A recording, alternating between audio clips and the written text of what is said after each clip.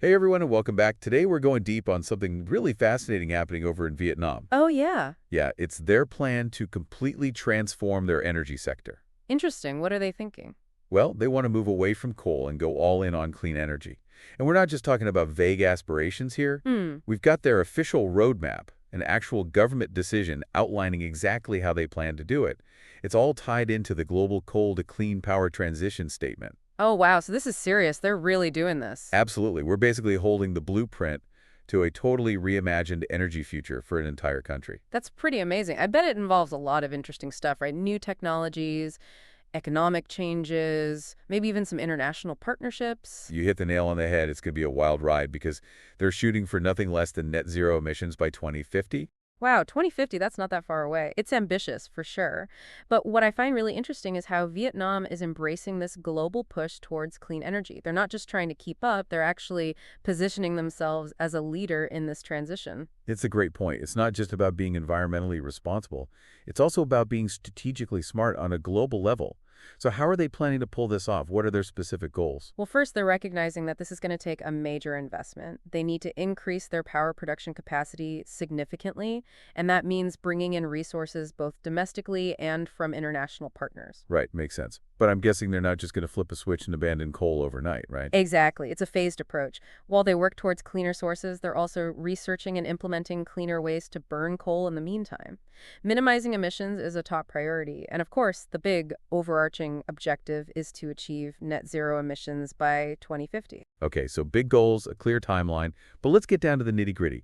What concrete steps are they taking to turn this ambition into reality? Well, their plan includes specific targets for 2030. They're taking a really practical, phased approach. One thing they're looking at is setting up pilot carbon capture systems for some of their older, less efficient coal plants. Oh, that's interesting. Carbon capture technology is something we've talked about before.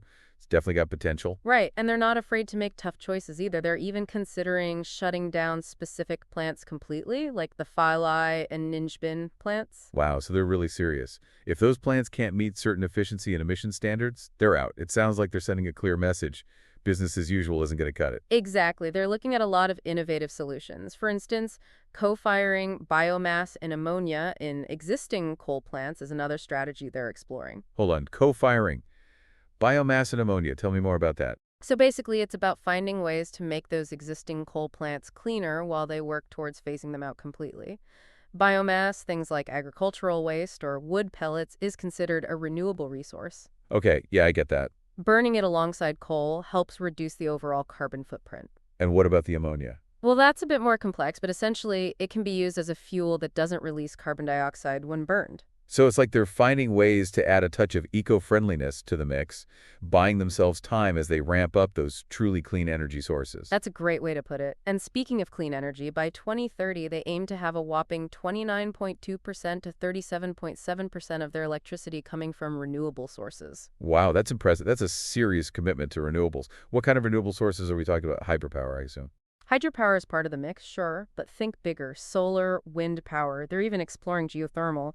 Vietnam's got plenty of sunshine, and their coastal areas are ideal for wind farms. They're even looking into offshore wind farms. Imagine those massive turbines spinning out at sea. Now that's a really visual. It's amazing to think about the potential of all those different renewable sources working together.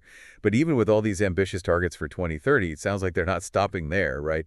What about their long-term vision? Here's where it gets even bolder. They're aiming to be completely coal-free by 2050. Wow, that's incredibly ambitious.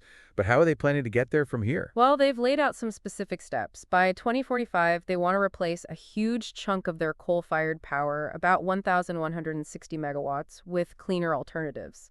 Some existing coal plants will be converted to run on things like biomass or ammonia. Hmm. Others will be completely replaced with new clean energy sources. And by 2050, they're aiming for at least 3,335 megawatts of their power generation to be completely coal-free. So we're not just talking about swiping out a few power plants. This is a complete transformation of their energy system. Talk about a commitment to a sustainable future. It really is. And it's important to remember that this transformation involves a lot more than just replacing power plants. It's a multifaceted effort with a lot of moving parts. They're addressing policy, technology, finance, workforce development. It's a really complex undertaking. I can imagine. You can't just snap your fingers and make a change this massive happen overnight. So let's dive into some of those key components. Where do they even begin? Well, first and foremost, they're creating the legal framework to support this shift. Right, of course, you've got to have the rules in place before you can play the game. Exactly. So they're busy developing policies and legislation to incentivize renewable energy development and address potential challenges. And on the tech side, they're investing heavily in research and development. They're embracing cutting-edge technologies like carbon capture and storage, and even exploring hydrogen production. Right, it's all about pushing the boundaries of what's possible with clean energy technology. But let's be realistic. These innovations don't come cheap. How are they going to pay for all of That's this? a great question. They're taking a multi-pronged approach to financing this transformation. They're using domestic funding, but they're also seeking international support.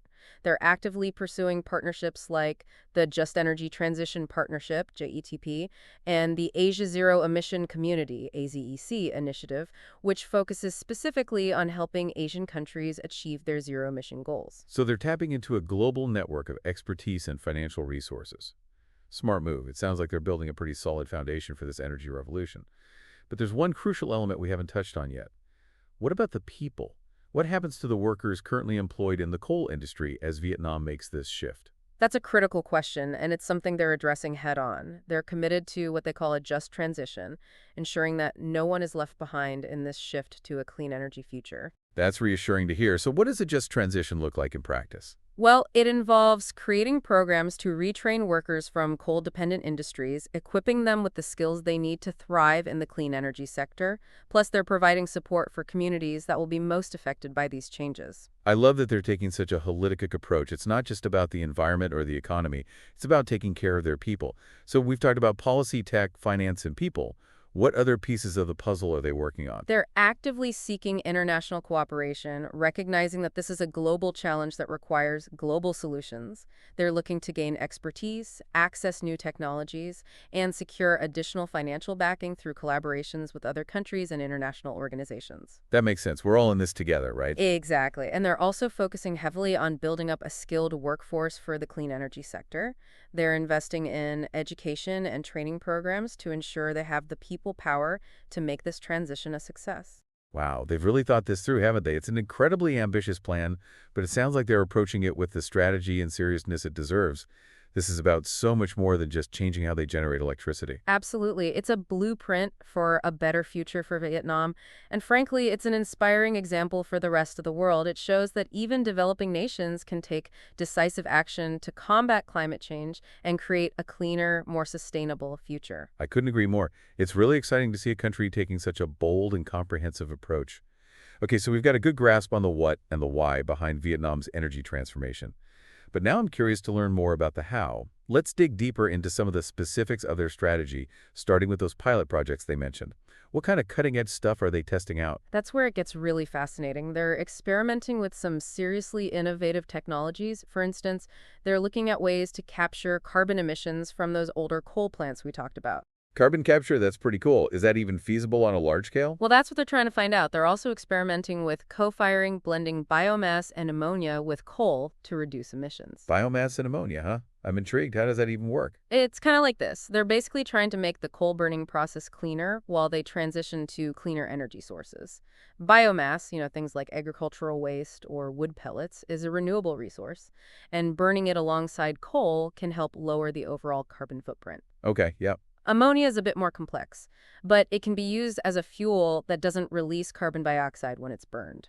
Interesting. So they're adding some cleaner ingredients to that existing energy mix, sort of like a bridge to those fully renewable sources. That's a good way to put it. And speaking of renewables, they're planning a really diverse mix. Yeah, they mentioned hydropower. What else is in the mix? Solar, wind, they're even looking at geothermal energy. Vietnam has a lot of sunshine, perfect for solar, and all those coastal areas are ideal for harnessing wind power. They're even exploring offshore wind farms. Oh, wow, like those massive wind turbines way out at sea. Exactly. It's pretty amazing when you think about it, all those different renewable energy sources working together. It's really exciting to imagine the possibilities, but renewable energy can also be a bit unpredictable, right? What happens when the sun sets or the wind dies down? How do they make sure the lights stay on? That's where energy storage comes in. They're investing a lot in technologies like big batteries, pumped hydro storage, even hydrogen. Okay, yeah, I've heard about some of that stuff. It's all about capturing the energy when it's plentiful and saving it for later. So it's like a giant backup battery for the whole country. You got it, making sure there's always power available no matter what. But this transition isn't just about technology, it's about the people too. That's a good point. How are they making sure that everyone in Vietnam benefits from this shift? Well, they're focusing a lot on workforce development. What does that look like? They're creating all sorts of training and education programs to make sure workers have the skills they'll need for the clean energy jobs. So they're not just building wind farms and solar arrays, they're also making sure there are people trained to build and maintain them. Exactly. And it's not just the technical stuff either. They're focusing on management skills and policy expertise too. And remember all those folks working in those coal plants? Yeah, They're making sure they have access to retraining programs so they can find good jobs in the growing green economy. that's what they call a just transition, right? Making sure no one gets left behind. Exactly. They're trying to make sure everyone benefits from this change. Now, what about those international collaborations we talked about? Who are they working with?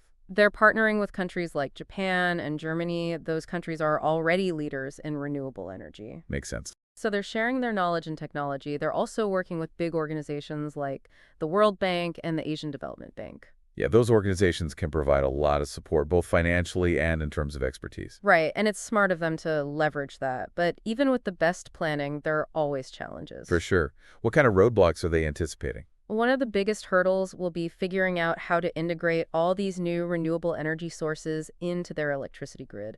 Renewable energy can be a bit intermittent. Right, the sun isn't always shining and the wind isn't always blowing. Exactly. So they'll need to modernize their grid to be able to handle this fluctuating flow of energy. That's how they'll keep the power supply stable and reliable. That makes sense. And I imagine land acquisition could also be a challenge, right? You need a lot of space for big wind and solar farms. You're absolutely right. It's not easy to just pop down a massive solar farm or a whole bunch of wind turbines anywhere you want.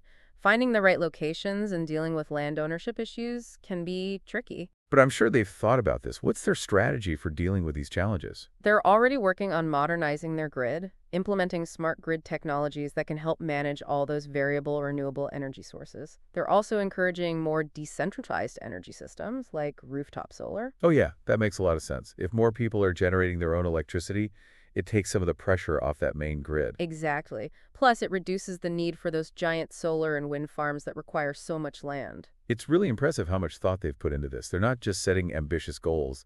They're coming up with concrete solutions to make it all happen. And they're not just sitting back and hoping for the best. They're anticipating problems and proactively coming up with ways to address them. That kind of forward thinking is essential for any big project, especially one as complex as this. Right, but even with the best planning, unexpected things can happen. Oh, for sure. There are definitely some risks involved. For example, cost overruns are a concern. Yeah, these big renewable energy projects can get expensive. Even though the cost of renewable energy technology has come down a lot, it can still be a challenge to keep these projects on budget. So how are they planning to manage those costs? Well, they're doing a lot of careful planning, and they're trying to make sure their procurement processes are transparent.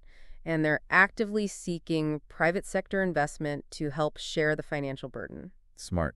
So it's about being fiscally responsible and finding the right partners to help manage those costs. Right. Another potential risk is the environmental impact. Wait, but isn't renewable energy supposed to be good for the environment? Of course, renewable energy is generally much cleaner than using fossil fuels, but it's not without its own set of potential impacts. Like what? Well, think about it. You need land for solar farms and wind farms. Right. And that can potentially disrupt local ecosystems or wildlife habitats. So they're trying to be really mindful about how and where they develop these projects. They're conducting environmental impact assessments and making sure to choose locations that minimize the impact on the environment. That's good. It's all about finding that balance, right? Economic growth, environmental protection, taking care of their people. Exactly. They're trying to achieve what's called sustainable development, which means finding solutions that are good for people, good for the planet, and good for the economy. It's a big challenge, but it sounds like they're taking the right approach. Their story is really inspiring. It's not just about Vietnam.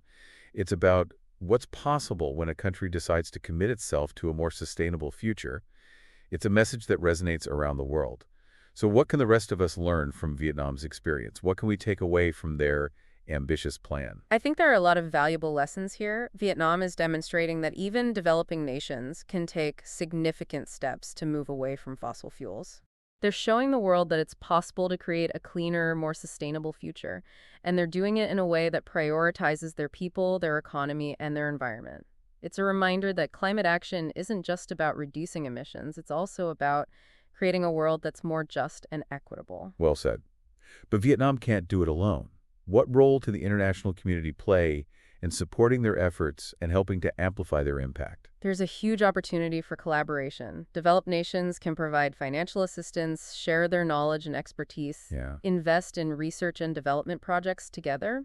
International organizations can help with things like technology transfer and capacity building, and businesses around the world can get involved by investing in clean energy projects in Vietnam. So it's a collective effort. Exactly. It's about working together, sharing knowledge and resources to speed up the global transition to clean energy, and Vietnam is leading the way, showing everyone what's possible.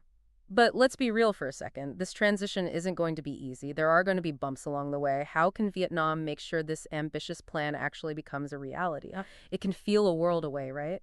But as we're talking about this, I think it's important to remember that the shift towards cleaner energy, it's not just a Vietnamese story, it's a global story. That's true. These changes are coming for all of us in one way or another. Right. Whether we're talking about entire countries or individual communities or even just our own homes, the transition to a more sustainable energy future is happening everywhere. Absolutely. So in a way, Vietnam's journey is like a glimpse into our own future. Exactly. And what's so fascinating is that the challenges they're facing, the questions they're grappling with, even the technologies they're exploring, they're all incredibly relevant to the rest of the world. It's like they're running a giant experiment, a real-world case study that we can all learn from. That's a great way to think about it. And there are so many valuable lessons to be learned. How do you smoothly integrate all these renewable energy sources into an existing power grid? How do you handle the economic and social impacts of shifting away from fossil fuels? How can you effectively use international partnerships to accelerate progress? These are all questions that countries all over the world are going to have to answer. So by watching how Vietnam tackles these challenges, we can gain insights and strategies that might work for us too. It's like getting a sneak peek at the playbook for a sustainable energy future. Exactly. But there's also a more personal angle to consider. As you listen to Vietnam's story, think about what choices you can make in your own life that align with this global shift towards a cleaner, more sustainable future. It's easy to get caught up in the big picture stuff, but what do we do as individuals to make a difference? Well, think about your own energy consumption for starters. Are there ways you can reduce how much energy you use? Can you make the switch to renewable energy sources for your home? Can you support businesses that are committed to sustainability? Those are all great ideas. It's a good reminder that even small, individual actions can add up to make a real difference. Absolutely. And don't underestimate the power of your voice. Talk to your friends and family about these issues. Support policies that promote renewable energy and a just transition. Make your voice heard by your elected officials. Let them know that a sustainable future is important to you. It's about being informed, engaged, and empowered to make a difference. Exactly. Vietnam's story shows us that change is possible even when the challenges seem daunting. It's a call to action for all of us. A call to embrace innovation, to work together, and to create the sustainable future we all deserve. Couldn't have said it better myself. Well, we've reached the end of our deep dive into Vietnam's incredible journey towards a clean energy future. It's been a fascinating conversation. We've explored their ambitious plan, the challenges they're facing, and the valuable lessons we can all learn from their experience. But most importantly, we've talked about what all of this means for you, the listener. What can you do to be a part of this global shift towards a more sustainable future? What choices can you make? What actions can you take? We hope this episode has inspired you to think about those questions. Keep learning, keep questioning, and keep pushing for a better future. Because together we can create a world where clean, sustainable power is not just a dream, but a reality. Thanks for joining us on this deep dive, and until next time, stay curious.